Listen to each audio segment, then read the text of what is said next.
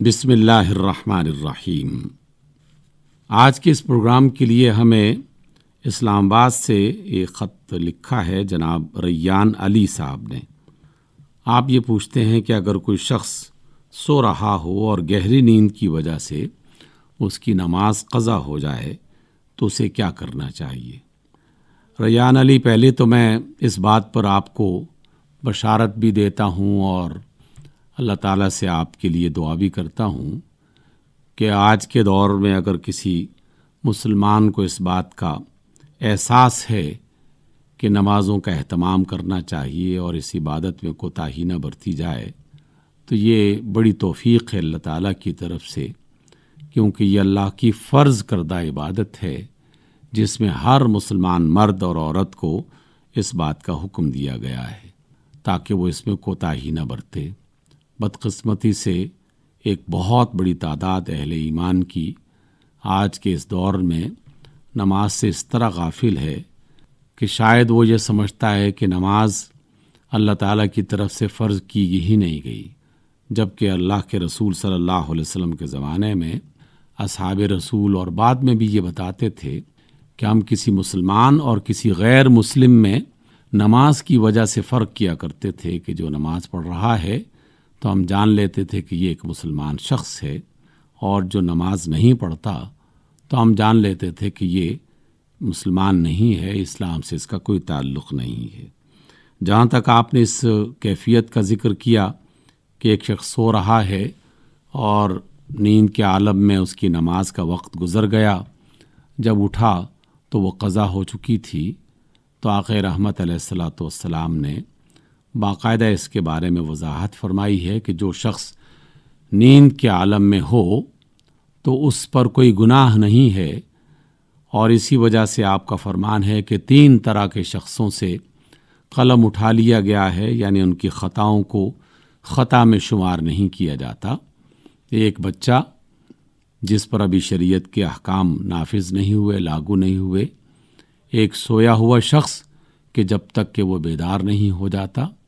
اور تیسرا مجنون اور پاگل کہ جسے اپنے ہوش و حواس کا کوئی اندازہ نہیں ہے، تو جب تک بچہ بڑا نہ ہو جائے اور اس پر شریعت کے احکام لاگو نہ ہو جائیں، جب تک سویا ہوا بیدار نہ ہو جائے، اور جب تک مجنون ہوش و حواس میں نہ آ جائے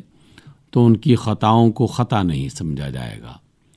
تو اس لیے آپ علیہ السلام نے بطور خاص یہ بات ارشاد فرمائی کہ جب کچھ اصحاب گرامی ایک سفر میں شدید تھکن کی وجہ سے سو گئے تھے، اور جب آنکھ کھلی تو نماز کا وقت گزر چکا تھا، تو انہوں نے پریشانی کا اظہار کیا، تو آپ علیہ السلام نے فرمایا کہ اپنی نمازیں اسی طرح ادا کرو کہ جیسے تم نے اس سے پہلے ادا کرنی تھیں۔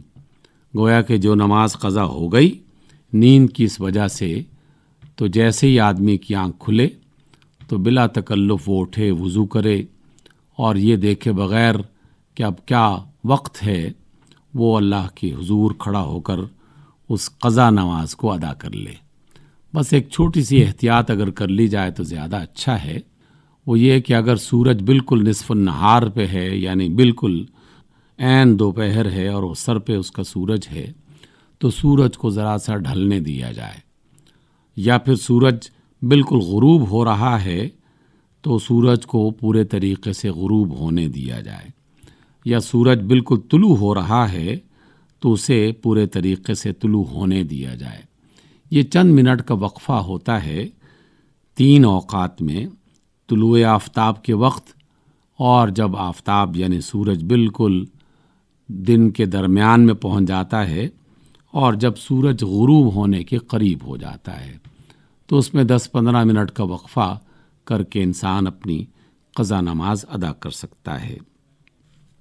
یہ دوسرا خط آج ہی کے پروگرام میں احمد علی صاحب نے راولپنڈی سے لکھا ہے، اور اس کا تعلق بھی نمازوں سے ہی ہے۔ آپ پوچھتے ہیں کہ اگر کوئی شخص سفر پہ جا رہا ہو اور اسے اس بات کا اندیشہ ہو کہ اگر ابھی نماز نہ پڑھی تو راستے میں کوئی ایسا موقع نہیں ملے گا کہ میں اپنی نماز ادا کر سکوں، تو کیا وہ 2 نمازوں کو جمع کر سکتا ہے؟ جناب احمد علی صاحب، بالکل رسول اللہ صلی اللہ علیہ وسلم کی صحیح روایات سے یہ بات پتہ چلتی ہے کہ اگر کوئی شخص اس کیفیت میں ہو تو وہ حالت سفر میں یا بارش کی شدت کی وجہ سے ظہر اور عصر کی نمازوں کو جمع کر سکتا ہے یا مغرب اور عشاء کی نمازوں کو جمع کر سکتا ہے۔ جیسے ابھی آپ نے چند دن پہلے دیکھا کہ حج میں لاکھوں کی تعداد میں اہل ایمان جب عرفات کے میدان میں جمع ہوئے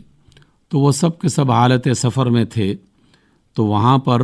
ظہر اور عصر کی نماز اکٹھی باجماعت ادا کی گئی، اور واپسی پہ مزدلفہ میں جب وہ پہنچے تو مغرب اور عشاء کی نمازیں بھی مزدلفہ میں اکٹھی ادا کی گئیں، اس لیے کہ حالت سفر میں یا انتہائی مجبوری کے عالم میں ان کو جمع کرنے کا باقاعدہ اللہ تعالیٰ کی طرف سے رسول اللہ صلی اللہ علیہ وسلم کے ذریعے سے اذن موجود ہے، یعنی اجازت موجود ہے، بجائے اس کے کہ آدمی نماز ہی کو ختم کر دے اور وہ ادا نہ کر سکے۔ اسے چاہیے کہ وہ نمازوں کو جمع کر لے تاکہ اس کی کوئی نماز ضائع نہ ہو۔